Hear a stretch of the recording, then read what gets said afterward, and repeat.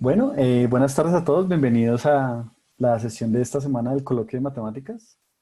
Tenemos el gusto de tener a Jonathan Torres, pues, que es ahorita postdoc en la Universidad de los Andes, y nos va a hablar sobre fibraciones de Hopf. Entonces, muchas gracias, Jonathan, por aceptar la invitación y adelante. Y bueno, pues como siempre, gracias por la oportunidad de aquí contarles algunas cosas. Eh, eh, pues bueno, el título es simple y trata sobre un concepto en matemáticas, propiamente en geometría, que es muy relevante. Además, bueno, debo confesar que es de mis objetos matemáticos favoritos. Incluso, pues, lo he tenido que usar. Eh, por ahí tenemos un audio. Ah, listo. Entonces, pues, ¿de qué viene? Hay primero una advertencia. Lo que yo voy a dar de definición va a ser lo que es un haz fibrado, no una fibración. De hecho, cuando estudiante eso era una de mis Hola Darío, confusiones. ¿usted me escucha? Cuando yo leía al respecto, sí, por ahí escuchamos. Eh, Cuando yo leía acerca de la fibración de Hopf, yo no entendía exactamente qué era una fibración y por qué en algunos lados te ponían la definición de haz fibrado y en otros por qué te ponían una fibración que a veces le llaman una fibración de Hurewicz, ¿no? La definición es un poco complicada, o al menos lo es para mí. Tiene que ver con una propiedad que le llama de levantamiento de homotopías y pues voy a ceñirme simplemente a la definición de haz fibrado por lo complicado que es esta. Tendría que introducir más preliminares. Y además que a final de cuentas, la fibración de Hopf, las fibraciones de Hopf resultan ser fibraciones. Entonces, para que ahí no haya confusión en que por qué hablo de haz fibrado, ¿no? Entonces, primero, pues, el menú es el siguiente. Em, Les voy a dar algunos preliminares, voy así a mencionar un poco el contexto de que pues estamos principalmente en topología. Voy a hablar de algunos conceptos geométricos asociados y voy a definir la fibración de Hopf. Aquí en esta parte mi objetivo principal es pues describir más o menos a detalle cómo se construye la fibración de Hopf o cómo se entiende, ¿no? Entonces este objeto dentro de la geometría es muy importante para dar así una perspectiva. Sus usos vienen siendo diversos. Por ejemplo, algo que es algo que yo he estudiado es en tratar de construir métricas de curvatura no negativa. Eso a través de algo que se llaman deformaciones de Shigir, es que se aplica esto, ¿no? Entonces, la primera aproximación fue utilizando la fibración de Hopf. Esa la hizo Berger, si mal no recuerdo, y se volvió muy importante. Además, bueno, pues la idea que hay detrás de lo que es una fibración, pues funciona mucho dentro de la geometría. Pero aparecen de manera muy natural. De hecho, al principio, sin conocer los detalles, uno creería que es como una cuestión más esotérica. Aparecen tres problemas fundamentales, que es algo que se llama paralelizabilidad de esferas, ver alguna esfera como un H-espacio y digamos, la solución de lo que se llama el problema del invariante de Hopf. Entonces les voy a hablar de esas cuatro cosas: la clasificación de fibraciones de Hopf y estos otros tres problemas asociados, ¿no? Entonces, primero, pues una motivación para definir lo que es un haz fibrado. Repito, un haz fibrado es una fibración, entonces solamente me voy a quedar con eso. Pues es el producto cartesiano. Yo ahí lo represento con un cilindro porque pues es lo más fácil de dibujar. Pues ahí pensemos que F, lo que sería el círculo, en realidad es cualquier espacio, y B también es cualquier otro espacio que lo represento como un intervalo. Entonces el producto cartesiano de esos dos espacios, pues lo podemos representar de esa forma y lo podemos entender desde un punto de vista como conjunto. Simplemente son pares ordenados de un elemento en B y un elemento en F. Pero podemos tener un poco más de estructura para tratarlo de entender, ¿no? Una primera cosa que uno tiene es que si uno toma un punto en B, pues eso sería como geométricamente tomar algo a la altura B en el cilindro.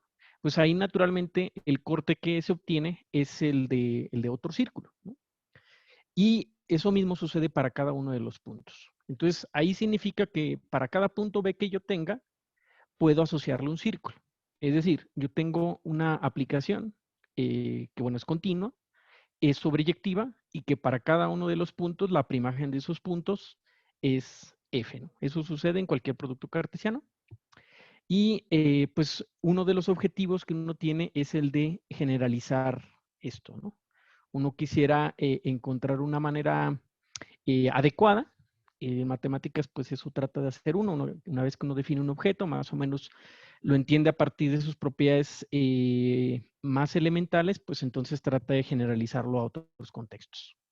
Entonces, bueno, ¿cuál es la idea detrás de una generalización? Bueno, primero un momento, sí, voy a hablar un poco así brevemente de lo que son espacios topológicos para aquellos estudiantes que posiblemente no estén muy familiarizados. Un espacio topológico simplemente es un par de un conjunto X y una colección de subconjuntos de X que llamamos tau. De hecho, a ese es al que le vamos a llamar una topología y que satisface esas tres propiedades. El total, o sea, el conjunto subyacente, están en esa colección, también el vacío, y tanto uniones arbitrarias como intersecciones finitas pertenecen a la topología, a la que se llama ya formalmente topología. Y cada uno de los elementos de tau se le llaman abiertos.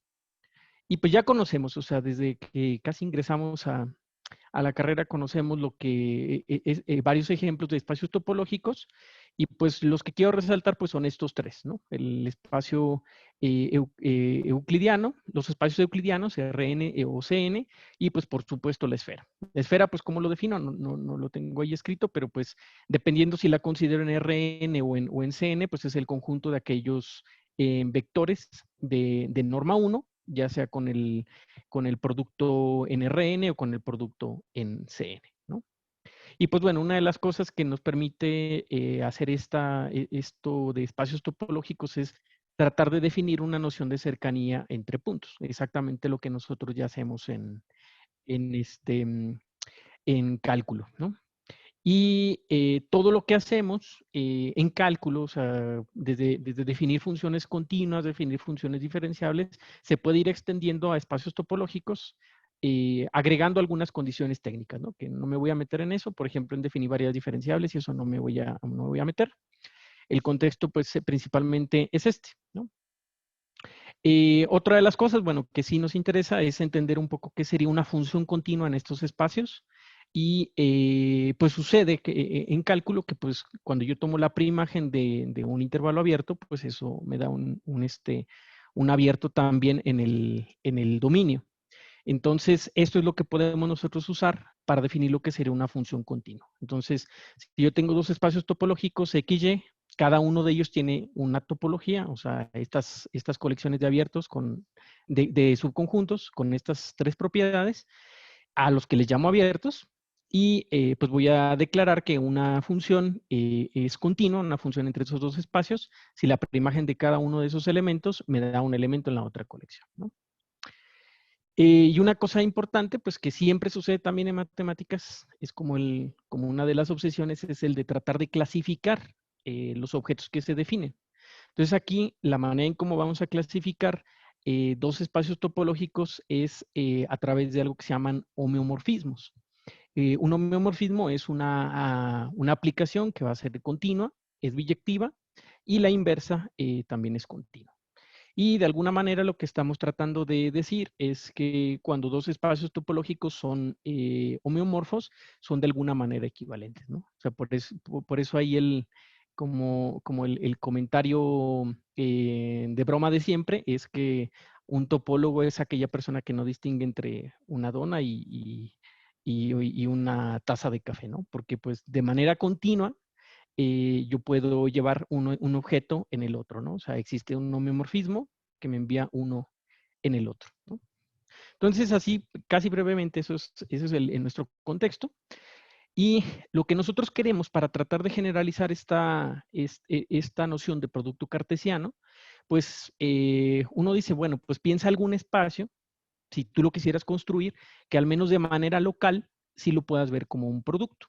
Es decir, este espacio E, lo que voy a pensar es que es un espacio topológico, por supuesto, entonces tengo una noción de abiertos y tengo una noción de cercanía, que a esa cercanía le voy a estar llamando vecindades, ¿no? Entonces, la imagen al menos geométrica que uno debería de tener es la misma que uno conoce en cálculo, ¿no?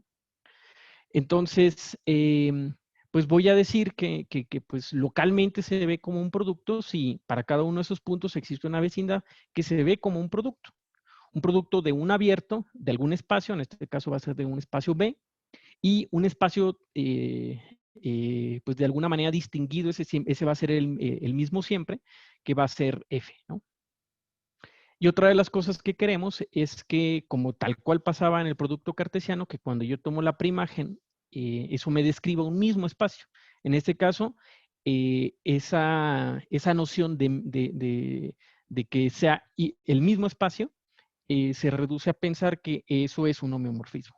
O sea, aquí, no sé si se distingue, a ver dónde tengo la manita. Tenemos la manita, está listo. O sea, aquí este símbolo trato de representar que son espacios homeomorfos y lo mismo que acá, ¿no? Entonces, bueno, ¿cómo se define un asfibrado? Lo que acabo de decir es la manera más simple, me parece, aunque no es exactamente la más formal o no es la formal, para pensar lo que es un asfibrado. Lo que vamos a tener, pues son 3 espacios topológicos. Un asfibrado consta de esos espacios topológicos más una aplicación que es continua y sobreyectiva entre 2 de ellos.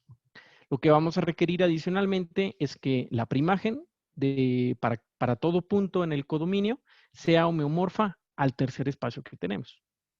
Y que además, pues también localmente eso yo lo pueda ver como un abierto. Es decir, que la preimagen de cada abierto, en ese caso en B, lo pueda ver como un producto cartesiano, ¿no? Entonces, y queremos de alguna manera que sea consistente con la proyección en un factor, ¿no? Entonces ahí queremos que P sea la proyección de B cruz F en B, ¿no? Y bueno, adicionalmente, pues uno tiene o uno define que es un as trivial en el caso en el que E es exactamente un producto cartesiano, ¿no? Y pues a la función pi le vamos a llamar proyección del as, a E le llamamos espacio total, B se llama el espacio base y a F se le llama la fibra. Entonces, solo para no quedarnos ahí un poco como cómo es la definición de fibración, esencialmente, salvo esta propiedad de levantamiento de homotopías, una fibración es esto con la condición adicional de que F no es la misma. O sea, no estoy pidiendo que la preimagen de cada punto sea siempre la misma, esa sí puede cambiar. Entonces, si lo piensan un poco, un asfibrado en principio pudiera ser representado como el cilindro y que lo estoy torciendo un poco, ¿no? Ese giro que estoy haciendo, manteniendo cada una de las líneas verticales, hace que esas líneas se vuelvan curvas y ya no se ve exactamente, o empieza a no parecerse como a un producto. Pero pues para una fibración no solamente requiero eso, sino que cada una de esas líneas ya no sea en el mismo espacio, ¿no? Eh, entonces, bueno, lo que queremos hacer ahora es construir la fibración de Hopf. Entonces, iniciamos con esta aplicación. Es una aplicación de C2 en C2 para cada uno de los valores reales. Solamente hacemos ese producto. Y una de las cosas aquí, solo por completar un poco el discurso, es que C2 yo lo puedo identificar con R4. Entonces, cada una de las coordenadas de esta aplicación psi sub teta, le puedo asociar a aquella que envía sus coordenadas. Y en sus coordenadas eso es una función continua y diferenciable, ¿no? O sea, ahí E a la I teta, eso es coseno de teta más I seno de teta y lo multiplico por también la parte real e imaginaria de Z1, luego lo envío a R4 y esas funciones en sus coordenadas ya son continuas y diferenciables. Entonces eso a grandes rasgos es lo que uno puede pensar de qué es una función diferenciable también, ¿no?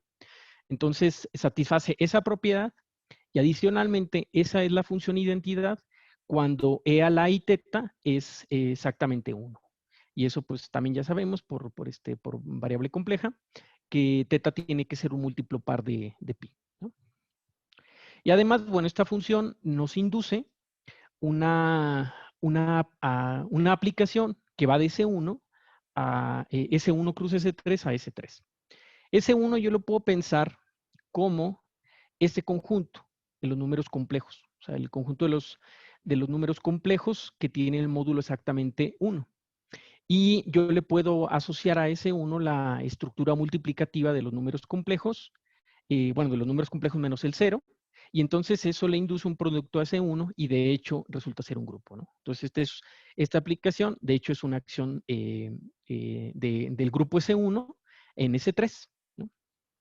A esta acción se le llama la acción de Hopf y tiene algunas propiedades, ¿no? Entonces, la primera, pues naturalmente que si yo tomo un punto en S3, la imagen, pues como E a la I teta tiene módulo 1, porque pues estoy declarando que teta tenga que ser un elemento en S1, entonces me resulta que phi sub teta de S3 me cae en S3, ¿no? O sea, quiero decir lo siguiente.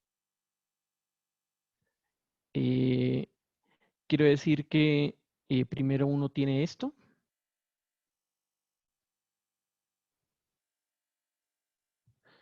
Y bueno, y el reverso también se obtiene porque pues si yo tengo puntos de esta forma, pues yo simplemente le puedo asociar ese mismo punto que ya tiene norma exactamente 1, ¿no? Entonces, esto además dice que los puntos de S3, o sea, S3, si quieren lo escribimos así, un punto en S3, en realidad yo lo puedo escribir para algún ángulo teta, lo puedo escribir de esta manera, ¿no? ¿De acuerdo? Y una de las cosas también es que las órbitas resultan ser círculos, ¿no? O sea, las órbitas se ven de esta manera para algún punto fijo Z, Z1, Z2 en S3, y haciendo variar este en S1, esto es lo mismo que un círculo, ¿no? ¿Cómo lo vemos? Pues podemos enviar estos puntos a simplemente E a la I teta, ¿no? Este punto no cambia, entonces geométricamente lo que estoy haciendo es que tomo ese Z en este espacio un poco raro, C2, y lo que estoy haciendo es que lo muevo a través de multiplicar por un elemento en S1, ¿no? Entonces eso me da un círculo. Y pues una de las cosas también que uno obtiene es que el espacio de órbitas, o sea, el cociente bajo la acción del círculo, pues resulta ser CP1, que es el espacio proyectivo, bueno, de dimensión 1, luego la línea proyectiva, pero eso a su vez es lo mismo que S2 y que los complejos más algún punto, ¿no? Esta última descripción, ¿uno cómo la obtiene? Eh, o sea, estos pasos hay que hacerlos, quiero decir, estos pasos hay que hacerlos con cuidado. Y este último paso, pues al menos uno lo explica geométricamente a través de algo que se llama la proyección estereográfica. ¿Qué es lo que hacemos? Tomamos, ahí n representa como el polo norte, digamos un punto en la esfera, y lo que hacemos es que a cada uno de los puntos en la esfera le asociamos aquel punto que cuando trazamos la línea con el polo norte, y se intersecta con el plano, en este caso va a ser C2, esa es la imagen bajo la proyección estereográfica. Entonces, si lo notan, voy a tener una imagen para cada uno de los puntos P de la esfera, excepto para N. Pero pues, ¿cómo le hago para cubrir toda la esfera? Pues entonces ahora tomo el polo sur y hago lo mismo, pero en el sentido opuesto, ¿no? Entonces, esto me permite ver la esfera de varias maneras distintas. Me la permite ver como los complejos unieron algún punto que le llamo un punto al infinito, como la línea proyectiva o como el cociente bajo esta acción. ¿De acuerdo? Yo tengo una pregunta ahí. Sí. ¿Se supone que ahí el polo sur debería estar así como está dibujado o debería estar como en la parte, debería estar sobre el plano? No, estaría acá el polo sur. Sí, claro, El pero plano lo estoy entonces, pensando que pasa por el ecuador. Ah, ok, entonces como que la esfera de abajo, perdón, el hemisferio sur va a ser como el circulito que está dentro de la esfera. ¿Sí? Exacto, exacto. Listo. Ujú. Y bueno, con esto, pues yo lo que puedo hacer es asociar entonces una aplicación. Aquí noten que tal cual como está definida, en realidad la estoy pensando en C menos C unión el infinito, ¿no? Porque estos puntos en realidad caen en C, ¿no? Estos puntos caen en C y este pues es el punto al infinito. Entonces estoy diciendo sí que va de S3 a S2, pero pues esto es lo mismo vía la proyección estereográfica como los complejos unión a algún punto, ¿no? ¿De acuerdo? Eso es una cosa que a veces puede confundir un poco en geometría, pero se requiere que es un mismo objeto, uno lo entiende desde ángulos muy diferentes, ¿no? Es como esta paradoja de los sabios hindús, ¿no? Que trataban de decir qué es lo que era un elefante y pues cada uno decía cosas diferentes porque veían cosas diferentes, ¿no? Uno decía, es como no sé, un gran tronco, alguien decía, pues es como un muro, y alguien decía, pues es como una serpiente, ¿no? Porque pues veían ángulos diferentes. Pero aquí pues sucede algo más, porque estamos viendo todo el objeto, pero lo vemos desde abstracciones diferentes, ¿no? Entonces, eh, la primera observación que hay que notar es que la imagen de puntos son aquellos que que están en la misma órbita. Es decir, si yo tengo dos puntos Z1 y Z2, o más bien dos puntos Z1, Z2 y W1, W2, yo puedo simplemente multiplicar aquí por E a la I teta y entonces asociar esto de esta forma, ¿no? Y esta asignación la puedo hacer tanto de ida como de vuelta. Y esto es exactamente que estén en la misma órbita. Es decir, que cuando tienen mismas imágenes puedo pensar esto y entonces los veo de esta forma, están en la misma órbita y cuando están en la misma órbita puedo hacer simplemente el cociente de cada una de las coordenadas y eso dice que tiene la misma imagen bajo pi, ¿no? Y otra cosa es que todo este círculo va al punto al infinito. Y de hecho, si ustedes más o menos se van tratando de hacer la imagen, eh, de lo que es pensando así como la esfera, la única que nosotros conocemos, pero pensando algún círculo, pues ese círculo lo que me está haciendo vía esta aplicación es que cuando yo lo envío a la esfera de dimensión 2 eso simplemente es un punto al infinito. Y sucede para cualquiera de los círculos, ¿no? O sea, yo puedo irlo moviendo, ¿no? Entonces, esta aplicación se le llama la aplicación de Hopf. Y esta es exactamente la fibración de Hopf, ¿no? O sea, es una aplicación que es continua, que va de S3 a S2 y que la primagen de cada uno de los puntos es un círculo, ¿no? ¿Por qué veo que la primagen de cada uno de los puntos es un círculo? Porque las órbitas de la acción de Hopf es un círculo, ¿no? Entonces, y bueno, en coordenadas, si uno quisiera escribirlo vía gamma, que era lo que había notado con la proyección estereográfica, ahí no le pongo el subíndice porque puedo poner tanto n como s, y voy a obtener una expresión de este tipo, ¿no? O sea, también tengo su expresión en coordenadas locales, entonces a veces ustedes cuando miren la literatura de qué es la fibración de Hopf, pues pueden llamarle también en maneras diferentes. A veces incluso pueden referirse a la acción de Hopf, pueden referirse a la aplicación de Hopf, o pueden referirse a esta expresión que está dada en coordenadas locales en C2, ¿no? Entonces, aquí, bueno, sí, hay una cosa adicional y es que, pues de hecho yo tengo estos homeomorfismos locales. ¿Cómo le hago? Pues bueno, necesito pensar la primagen de S2 menos un punto. Ahí pues distingo el polo norte y pues puedo tener esta asignación, ¿no? O sea, cada uno de los puntos, estos son puntos de la primagen de esto bajo pi son puntos en S3 y esos puntos en S3 yo los tengo de esta forma. En particular, pues uno de ellos puede ser cero, entonces lo puedo pensar también así. De hecho, este es el punto que bajo pi le corresponde el punto al infinito, que es burdamente dicho esto.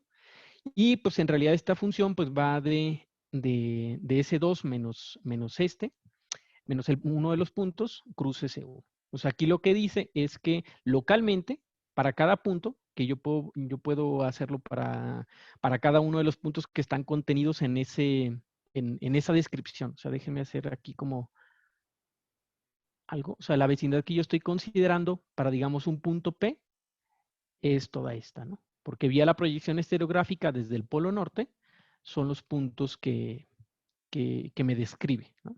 Y pues cuando yo tengo otro punto, pues digamos, no sé, un punto, o tal vez el polo norte mismo, pues entonces ahora debo de considerar el polo sur y la proyección estereográfica desde ese punto, y entonces de cualquier forma tengo aplicaciones similares a estas, que son homeomorfismos, ¿no? Aquí pues pido que Z2 no sea cero, entonces todo esto también está definido de manera continua, y puedo también hacer la asignación en el sentido contrario. Y pues el punto que me hace falta, pues se lo asigno al que hace falta, ¿no? Entonces, lo que hemos dicho, pues, es que esta aplicación es en realidad un haz fibrado, ¿no? Entonces, a ver si mal no recuerdo si sigue esto. Ah, bueno, sí, lo menciono y les quiero mostrar una animación que no es mía, pero creo que es la más popular que por ahí uno encuentra en la red. Y lo primero, pues, es que pues S3 no es un producto cartesiano y que el esbozo es más o menos esto, y que pues entonces la aplicación de Hopf, que bueno, ahí debería de haber dicho eso, ¿no? La aplicación de Hopf determina un haz fibrado no trivial, ¿no? Y a lo que va a ser la fibración la vamos a representar así: S1 en S3 y luego en S2. Ahí le ponemos un pequeño gancho porque estamos pensando que S1 siempre se puede pensar dentro de S3. O sea, si ustedes recuerdan, pues yo podía considerar un círculo ahí en S3, pensando que la primera coordenada tenía módulo 1 y la segunda coordenada era 0, ¿no? Por eso ahí pienso siempre S1 es dentro de S3. Esa es la que se le llama la fibración de Hopf clásica. Y déjenme les muestro una animación, que es esta.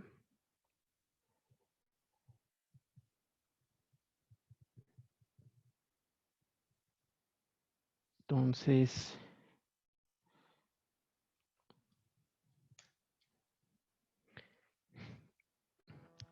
alguien se puso a hacer bueno, le voy a quitar el sonido. Alguien se puso pues a dibujar esto. Ahí lo que podemos ver es que déjenme detenerme un poco. Es que no se detiene. No sé por qué no se detenga. Bueno, me regreso.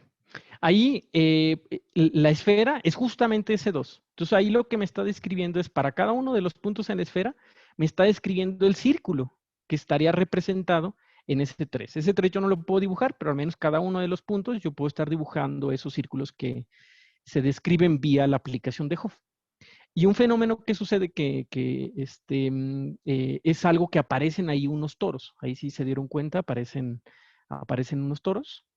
Cuando voy ahí dibujando cada uno de los círculos, aparecen ellos. Y además, bueno, pero se me hace que eso está más adelante, aparecen, aparecen entrelazados. Eso que aparezcan entrelazados es como intuitivamente lo que dice que la fibración no es trivial. Y eso se puede probar topológicamente, que aparecen esos círculos entrelazados. Es como decía, pues los espacios topológicos son equivalentes. Si de manera continua puedo ir de uno a otro, pero por supuesto que si yo tengo un enlace, ese yo nunca lo puedo separar. Entonces eso yo no lo puedo ver como un producto, ¿no? Y bueno, estas son animaciones así que muy bonitas que hizo Niels Johnson, y se las quería mostrar, ¿no? Entonces ahí uno puede jugar. Me parece que él incluso tiene de manera libre el código para uno estar jugando con esto, ¿no? Entonces, bueno, detengo esa parte y regresamos a la presentación, ¿no? Entonces, bueno, la pregunta fundamental es, bueno, si tú me estás diciendo que existe un haz fibrado o más bien una fibración, voy a ya estarle llamando así, una fibración de la esfera de dimensión 3 en la esfera de dimensión 2, y que la fibra es una esfera también, pues ¿cuántas de ese tipo hay? En las que tanto el espacio total como el espacio base y la fibra sean esferas. Entonces eso lo respondió Adams en 1970, un artículo, si mal no estoy, es del Annals, y él dice, los únicos fibrados de ese tipo son estos 4. Eh, es los encajes estos, son los encajes pues, más naturales que a uno se le pueden ocurrir. El primero, pues no tiene mucha profundidad. La segunda es la fibración clásica y a veces a las demás le llaman las fibraciones de Hopf generalizadas, ¿no? Y bueno, esta clasificación que yo les mencionaba al inicio de la plática, casi como una suerte esotérica se relaciona con estos problemas.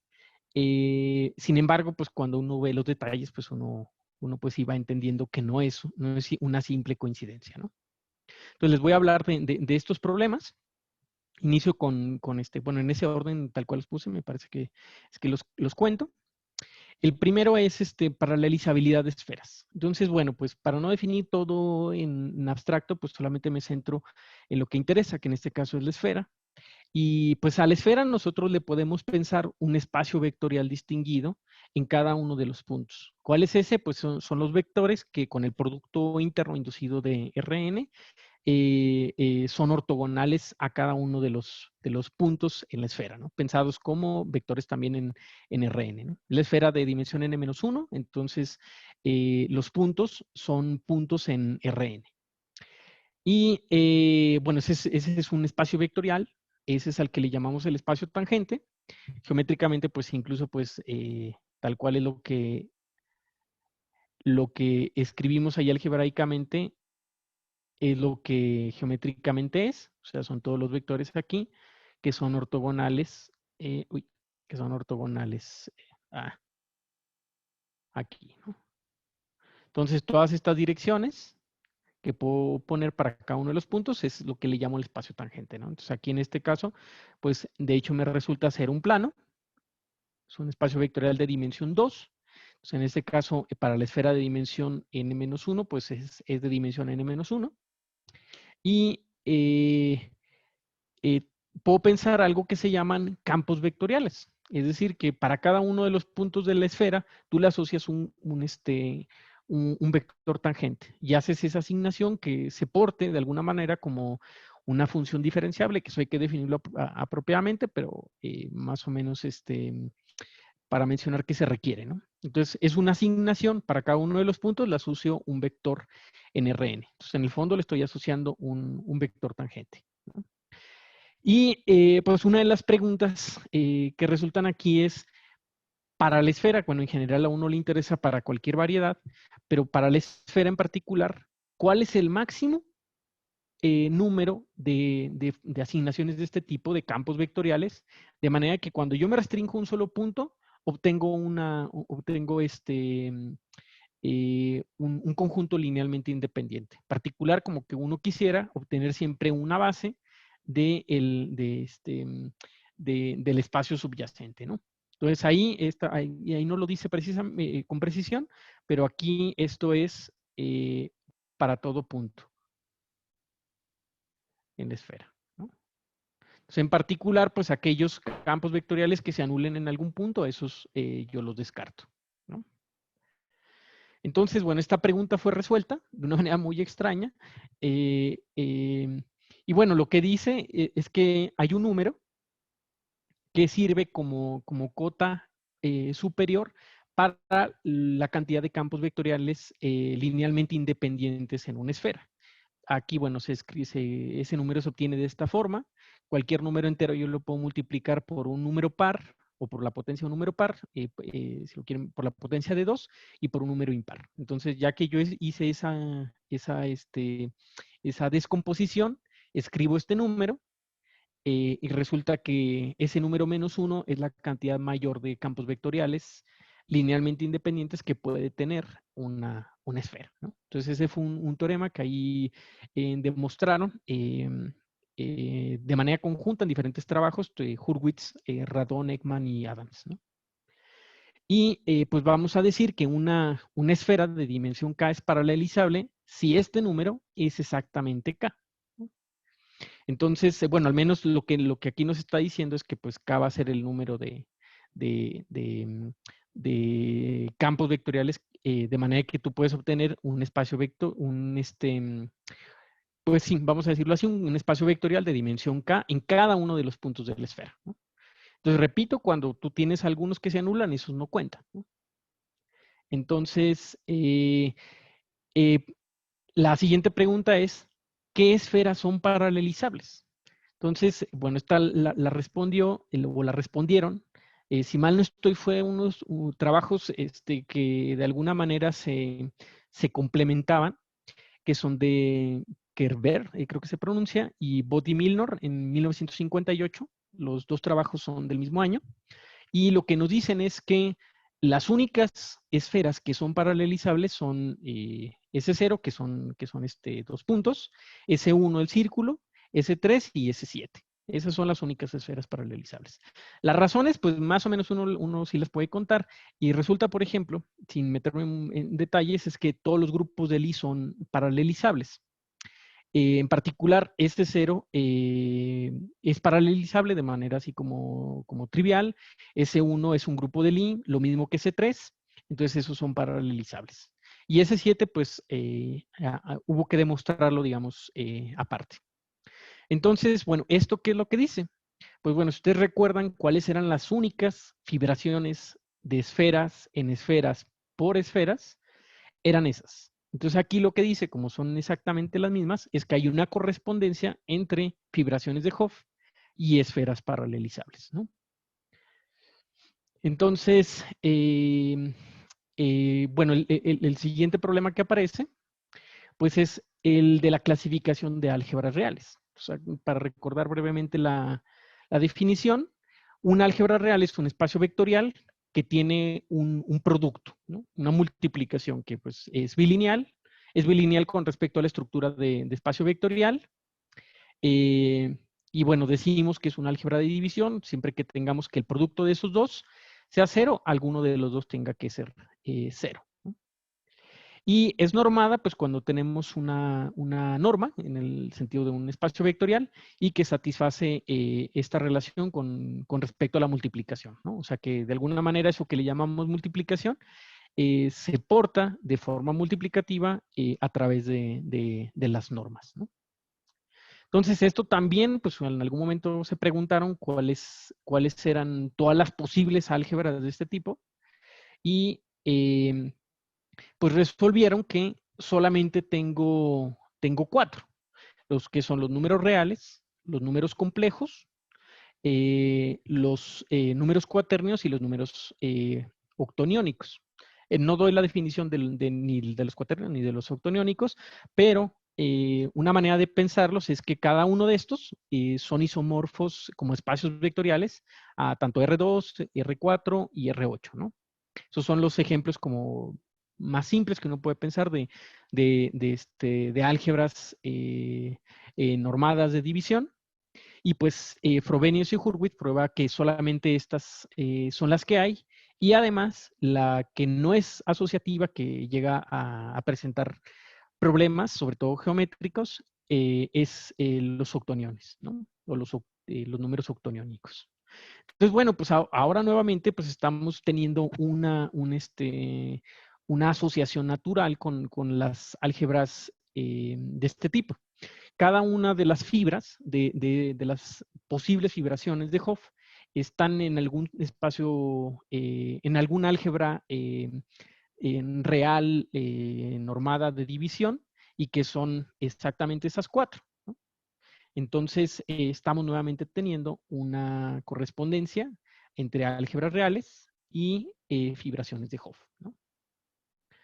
De hecho, bueno, también si lo piensan, pues este 1 yo lo puedo pensar como los números complejos de norma 1. Algo similar puedo hacer en los cuaternios para S3, y algo también similar se puede hacer en los octoniones para S7. ¿De acuerdo?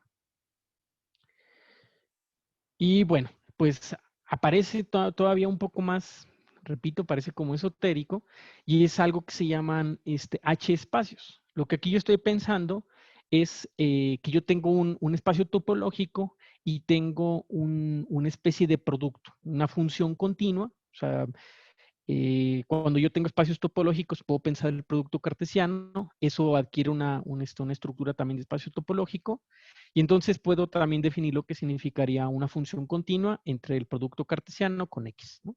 Entonces aquí yo lo que necesito es que esa función me satisfaga esta igualdad, ¿no?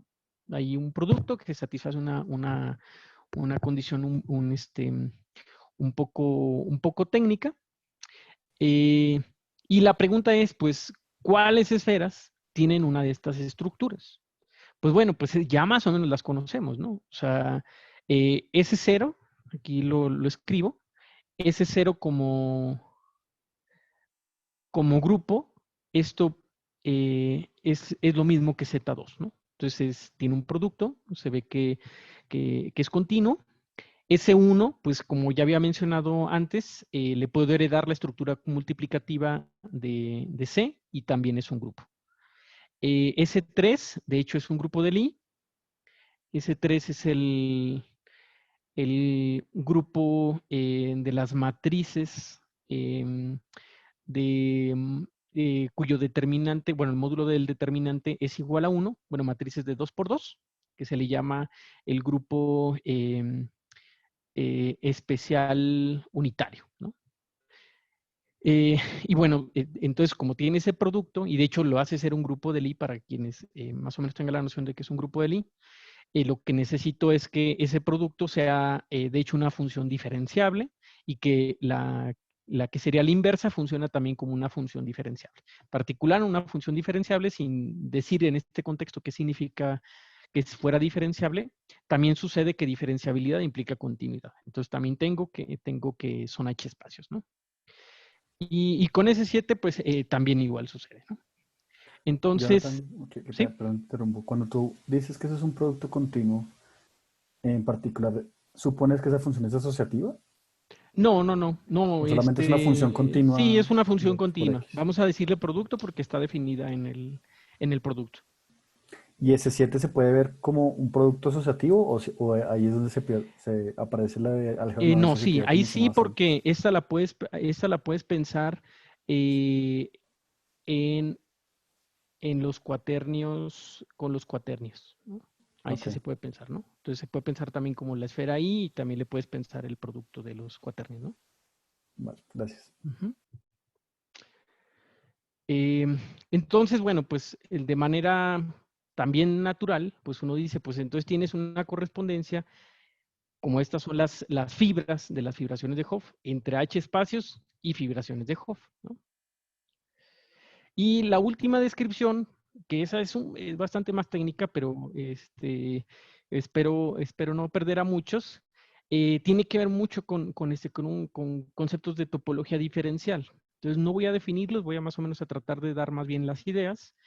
eh, y es algo que se le llama el problema del invariante 1 de Hopf. No sé bien si así se traduzca en español, pero creo que es así.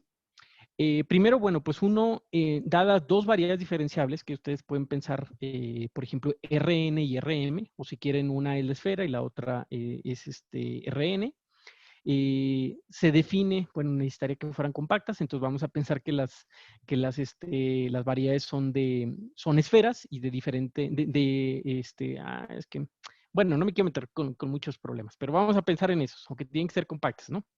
Pero yo puedo definir el grado como un entero, o sea, se prueba que eso es un entero que cumple esto, ¿no? Aquí, bueno, esta ecuación uno la puede interpretar en términos homológicos, de hecho, y ahí se nota más que eso es un número entero. Entonces, al grado le llamo esto. Lo que estoy haciendo es que, dada esta función diferenciable, yo puedo tener algo que se llama una forma de orientación. Por ejemplo, si n es una superficie, la forma de volumen me induce una orientación. O sea, algo que me dice qué puede ser hacia adentro y qué puede ser hacia afuera. Eh, y pues el entero que satisface esta igualdad, ese se le llama el grado, ¿no?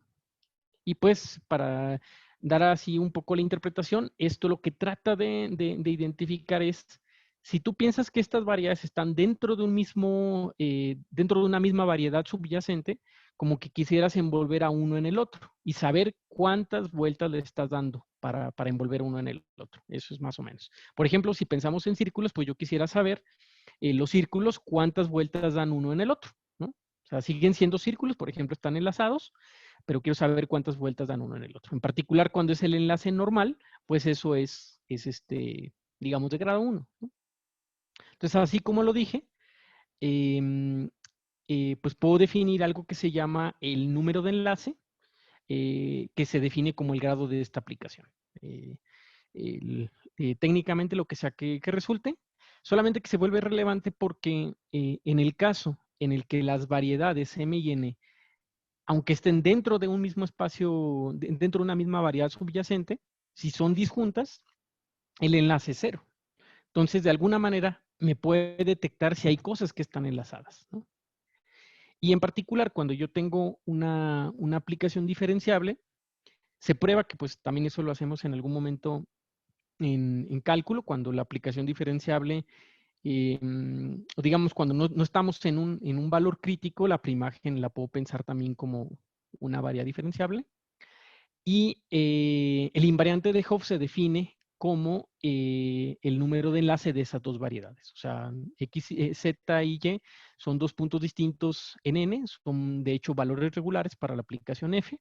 La preimagen son variedades diferenciables y el invariante de Hopf es el número de enlace. Entonces, otra vez, si yo pienso la aplicación de Hopf ahí, pues si yo tengo solamente dos círculos que se entrelazan, eso es exactamente uno, ¿no? Esa es como la idea. Entonces, bueno, pues se dieron cuenta que para la fibración de Hopf eso sucedía y pues la pregunta natural es ahora, pues bueno, si tú tienes aplicaciones que las tienes definidas de una esfera en otra esfera, ¿cuáles tienen exactamente invariante de Hopf igual a 1?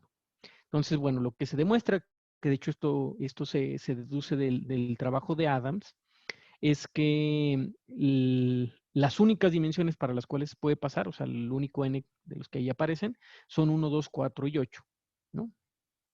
Y pues son otra vez en ese caso son las dimensiones de los espacios base de cada una de las fibraciones. O sea, otra vez tenemos una correspondencia. Y de hecho, como lo digo, o sea, aparece en el trabajo de Adams, porque dentro de la demostración se va obteniendo todas estas consecuencias, ¿no? Entonces, a ver, en resumen, a ver, déjenme ver cómo andamos de tiempo. Bueno, creo que andamos bien de tiempo, ¿no? ¿O sí? Ah, bueno, sí, listo. En resumen, ¿qué es lo que dice hasta este momento? Lo que dice es, tú tienes una aplicación diferenciable, lo que eso significara entre dos esferas que tienen invariante de Hopf igual a 1, si solamente si se cumple alguna de estas condiciones. Y que una de las cosas ahí que a mí me parecen así como bastante impresionantes es que unas intentan ser geométricas, otra es totalmente algebraica y la otra intenta ser como un mix de álgebra y geometría, ¿no? Eh, y bueno, de las siguientes cosas que uno trata de hacer es generalizar estas vibraciones. Ya dices, bueno, no se puede, no hay tantas opciones con esferas, pues entonces, ¿qué otras opciones sí se hacen? Entonces, por ejemplo, la clasificación que uno da era esta, ¿no? Eh, tienes cada una de esas vibraciones y una de las cosas que hay que notar es que los espacios base yo los puedo pensar también como espacios proyectivos, cada uno de ellos, y son estos, ¿no? Son RP1, son CP1, HP1 y OP1, ¿no? La definición, pues, para cada uno de los proyectivos es la de siempre. Y entonces yo puedo pensar en fibraciones que tenga hacia espacios proyectivos de mayor dimensión. Pero también eso tiene algunos problemas. Si ahí lo notan, pues yo puse RPN, CPN, HPN, pero no puse OPN. Bueno, la primera observación es que cuando yo tengo aplicaciones de este tipo, cuando son aplicaciones diferenciables, yo necesito que la dimensión del medio sea la suma de los extremos, ¿no? ¿Por qué? Porque pues localmente yo lo estoy viendo así como un producto de un abierto del de la derecha y por el de la izquierda. Entonces la suma de sus dimensiones tiene que dar la del medio. Entonces por eso así ajusto los valores de n, misma razón por la cual pienso las aplicaciones f con esos valores. Pero hay un problema para definir, y es que lo primero es que eh, se puede definir este espacio proyectivo, pero, a ver, en un momento, que no les vaya a mentir, sí. Eh, a ver, déjame lo escribo un poco en otro espacio. O sea, lo que sí se puede tener es este espacio. Y entonces, por razones de dimensión, uno quisiera que uno tuviera esta fibración. Pero resulta que estas no existen. No hay una fibración así. Eso se demuestra en algún momento, no hay ninguna fibración de S23 en lo que sería el plano proyectivo octoniónico con fibra S7. Aunque por razones de dimensión debería de dar, no existe una tal fibración. Y pues, por razones de asociatividad, este no se puede definir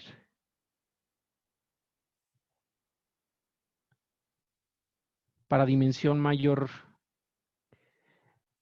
que 2, ¿no? Entonces, digamos que nuestro intento de generalización por el momento se va quedando ahí. Y lo siguiente que, bueno, si menos ya no lo tengo, ya no lo anoté, pero lo siguiente que uno piensa es en algo que se llaman espacios lente. Los espacios lentes son cocientes de esferas por algún grupo cíclico, y entonces ahora uno quisiera fibraciones de espacios lente sobre espacios lente con fibras espacios lente. Entonces esos también han sido estudiados. Hay algunos resultados parciales. Y bueno, para concluir, hablé un poco de las aplicaciones y hay una que también es muy interesante, y es que en dos trabajos, uno es del 83, describen el oscilador armónico utilizando la fibración de Hopf. Esencialmente, pues, tratan de describir pues, el espacio fase del oscilador armónico y pues requiere, o más bien, la fibración de Hopf aparece de manera muy natural. Eso lo hacen para dimensión 2 y muy recientemente, en el 2016, lo hicieron también para el oscilador armónico en dimensión 4. O sea, es un objeto que debe de aparecer. O sea, la esfera por sí sola es un objeto que ya tiene mucho interés dentro de la matemática, dentro de la física, dentro de cualquier área de la matemática.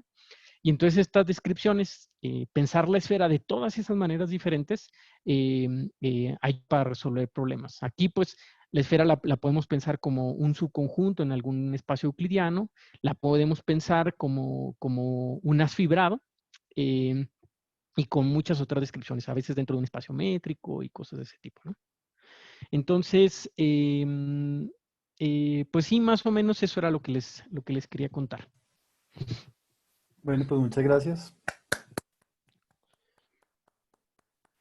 ¿Hay alguna pregunta para Jonathan?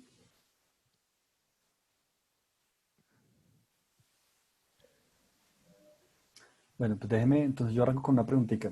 Yo tengo una pregunta un poquito, pues no sé qué tan fácil sea de responder, pero ¿puedes volver un momentico al teorema de Adams que tenías ahí? El primero, el de la clasificación de Sí, el primero, el donde aparecen. este. Entonces, se demuestran que esos son los únicos haces fibrados entre esferas, ¿cierto? Creo que por Ujú. especie. Pero, pues tengo más bien dos preguntas. O sea, uno, ¿cómo hace para darse cuenta que desde C2 no arranca nada, que desde C4 no arranca nada y que de 8 en adelante no aparece nada? Mm, la respuesta corta, y que es la única que me sé, no sé si alguien tenga otra, es Sí. que hay que recurrir a topología algebraica. O sea, de hecho, Adams era un topólogo algebraico bastante duro, Ujú. y las herramientas son así. O sea, la manera de clasificar haces fibrados es a través de algo que se llaman clases características. O sea, Ok. yo pienso en clases como lógicas, según el comportamiento de estas, es qué estructura puede tener algún espacio. Entonces, un espacio tiene una estructura de desfibrado cuando admite clases características de cierto tipo. O sea, las clases características son invariantes geométricos o en algunos casos topológicos que me permiten hacer descripciones de este tipo.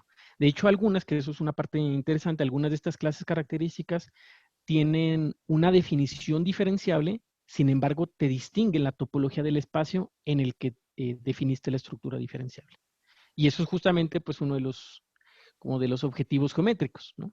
Pero sí, es el camino que yo sé que existe porque no lo domino, que es a través de clases características.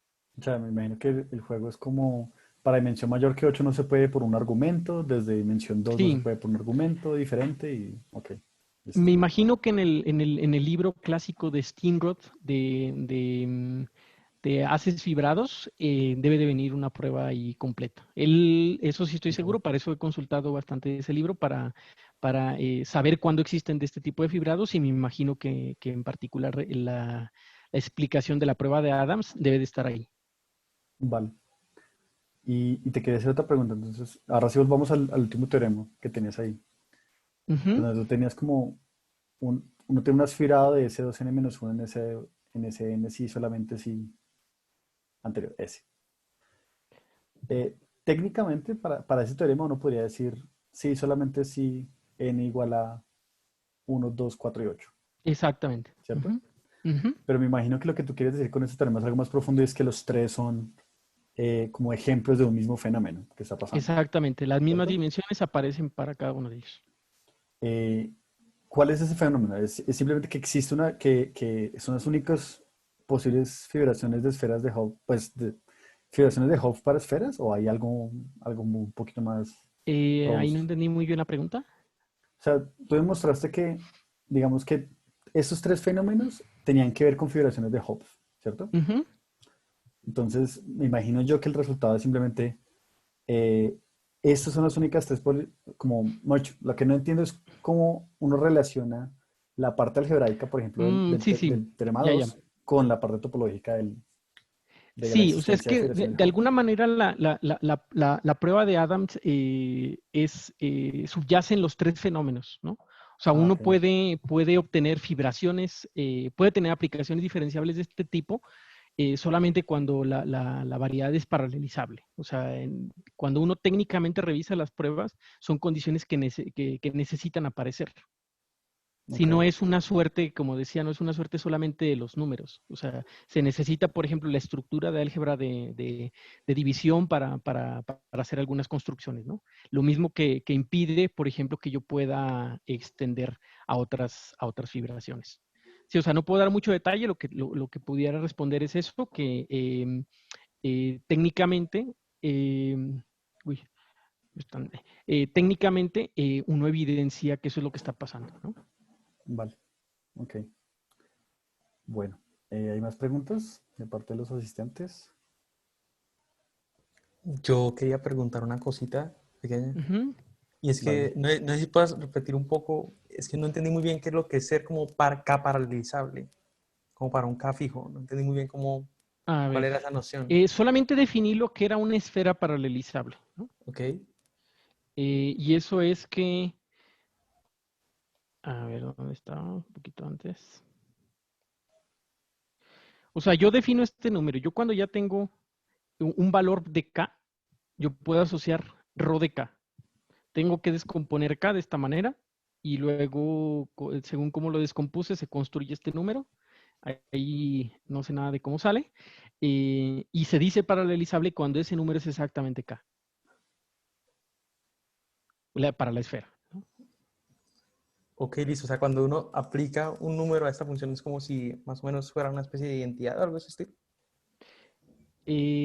O sea, Eh, para cada n yo puedo calcular ese p, ese rho n, exacto. O y es si sea, el rho n es igual a mi n, ¿cierto? sí, exactamente. O sea, Ok, ρ es una función que va pues de los enteros en los enteros, ¿no?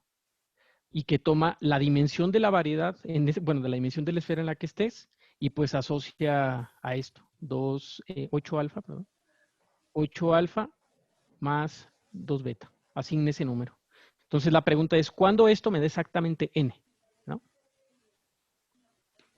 Ok, listo. Gracias. Ujú. Que ahí hay una observación, que uno pensaría que uno tuviera la misma dimensión de la esfera, uno tuviera siempre la misma cantidad de campos vectoriales linealmente independientes. Pero, por ejemplo, hay un teorema que es, en español yo no lo conozco de otro nombre tan espeluznante como lo voy a decir, que es el teorema de la bola peluda. Lo que dice es que en la esfera de dimensión 2 no hay campos que no se anulen en al menos un punto. No hay campos vectoriales así. Entonces, pues ahí dice no lo hay. Eh, y fenómenos así van sucediendo en otras esferas. Por ejemplo, S15, si mal no estoy, es la esfera de dimensión más pequeña en la que existen eh, máximo 7 campos vectoriales linealmente independientes. O sea, no necesariamente tienen que ver mucho una con la otra, pero sí, el número 7 tiene que ver con la existencia de una fibración de Hopf, ¿no? Porque S15 yo lo puedo descomponer a través de S7 con puntos de S8, ¿no? A través de la fibración de S15 en S8. Y también, o sea, una de las consecuencias que tienes del teorema que están en los slides es que eso que acabas de decir, que es un fenómeno de C2, también pasaba para cualquier esfera de dimensión par, ¿cierto? Ujú, O sea, ujú. todas las esferas de dimensión par no tienen campos vectoriales linealmente independientes, entonces Sí, todo sí, sí, campo claro. vectorial menos se anula en ningún punto. Sí, sí, sí, claro. Sí, es un Vale, resultado súper chévere. topológico total, ¿no? De alguna manera, sí. Ujú. Vale, ¿más preguntas para Jonathan? Hola, buenas tardes. Hola. ¿Qué tal? Aló, Buenas buenas tardes. tardes. Primero, gracias por la exposición, estaba muy interesante todo y un saludo especial desde Bolivia. Una consultita con respecto a la descripción que tiene ahí del número n. Primero, la forma de escribirlo para después encontrar alfa y beta. No sé si hay alguna justificación o algo así de por qué definir el rho de n de esa manera o qué es lo que motivó, porque pues se ve muy bonito, ¿no? El teorema dice que pues S al n menos 1 tiene un número máximo de campos linealmente independientes, o sea, es rho de n menos 1. Entonces, no sé si es que hay alguna interpretación de cómo es que surgió el buscar ese alfa y ese beta específicamente. Muchas gracias. Sí, la prueba no la conozco y yo me atrevería que más bien hubo ahí una especie como de truco aritmético que debieron de usar para descomponer el número y obtener ese, ¿no? O sea, obtuvieron de alguna manera el número rho de n menos 1 y después se dieron cuenta que lo podían escribir de esa manera. Es lo que yo me imagino, pero no conozco el detalle, ¿no? Sí, sí, ahí no sé si suena eso, ese es muy, muy extraño, ¿no? Vale. Por ahí tenemos Juan José, ¿tienes una pregunta? Juan José Villamarín. Sí, sí. Vale. Eh, Otra forma de ver paralelizable es decir que la tangente de la esfera sea trivial. A ver, me atrevo a decir que sí, porque ahí vas a tener n secciones linealmente independientes, sí. Ujú. Ok. Sí, exactamente. Ujú. Y otra cosa, no me quedó muy clara la definición de, eh, ya se me olvidó el nombre, el mapa de enlace, creo que era, algo así. Ujú. A ver. El mapa de enlace es eh, es esta función, ¿no? Es simplemente esta. Y a esa yo le puedo calcular el número de enlace.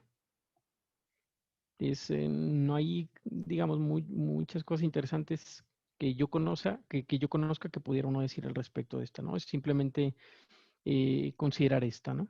Son M y N, son variedades diferenciables en R en algún espacio euclidiano, en la 2 en el mismo, y pues entonces tiene sentido definir la resta y calcular esto, ¿no?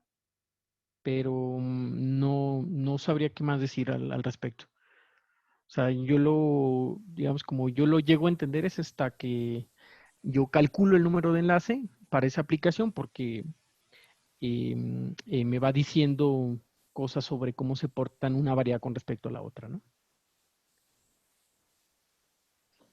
Ah, ok, ok. Vale, gracias. Vale. Bueno, ¿hay alguna última pregunta como para terminar? Listo, si no, pues agradezcámosle de nuevo, Jonathan, por esa charla. Estuvo muy, muy buena, muy interesante. Y nada, pues gracias a todos por venir y gracias, Jonathan, por la presentación.